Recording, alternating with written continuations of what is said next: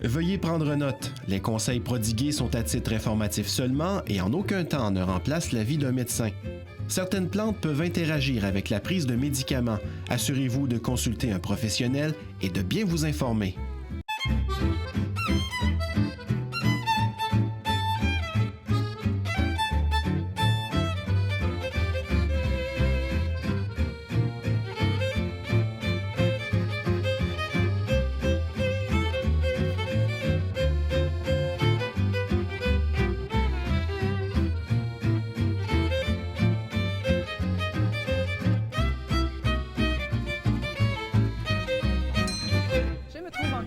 Au monastère des Augustines avec mon ami Imane Lalou. Bonjour Imane. Bonjour Christine. Comment vas-tu? Je vais bien.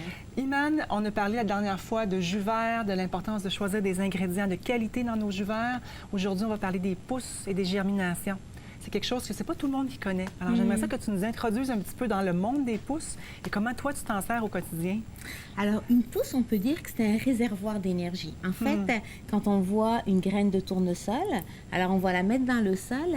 La première action, en fait, de la graine de tournesol, elle va se transformer en petite pousse.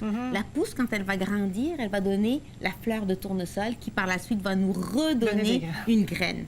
Donc, en fait, ce processus-là nous amène à voir que la première étape, c'est vraiment la pousse de tournesol. Ouais. Donc, la pousse, c'est en fait le fœtus, c'est le réservoir d'énergie. Donc, tous les nutriments sont emmagasinés à l'intérieur de cette petite pousse-là. Le prana, la force vitale, hein? Oui, exactement. Puis, en fait, c'est de voir ça un peu comme un retour aux sources, justement, quand on parle d'alimentation, de voir comment ces petits aliments-là peuvent nous amener, en fait, dans une grande qualité de micronutriments. Oui. On parle beaucoup des glucides, des protéines, des macromolécules. Là, on parle de micronutrition. Comment on les utilise? Oui. D'abord, dans une belle salade. Oui, c'est vrai, c'est excellent. Un rouleau de printemps. Puis ça n'a pas besoin toujours d'être végétarien. Pensez, par exemple, à des crevettes. Mettez des pousses de tournesol, mettez du basilic, des feuilles de menthe, de la coriandre, de la mangue, et voilà un rouleau de printemps.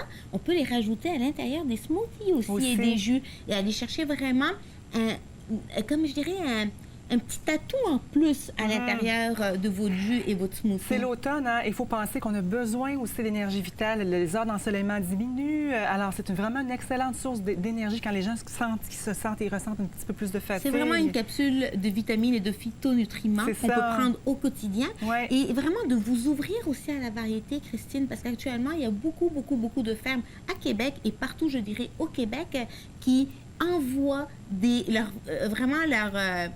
leur production dans les magasins de santé naturelle et même à l'intérieur des grands supermarchés. C'est vrai, de plus en plus. Donc, ça donne vraiment de la variété. On peut avoir des pousses de coriandre, des pousses de kale, de radis, de brocoli. Et les petites pousses qui sont toutes mini, on les appelle d'ailleurs des micro-pousses, sont vraiment très appréciées par les enfants et les personnes âgées parce qu'elles sont très faciles au niveau de la mastication. Donc, dans les lunchs, dans les wraps, quand on fait les lunchs aux enfants, vraiment, on les rentre à l'intérieur. Puis on pense aussi à un beau potage à la courge à l'automne. Puis tiens, on rajoute aussi une petite décoration.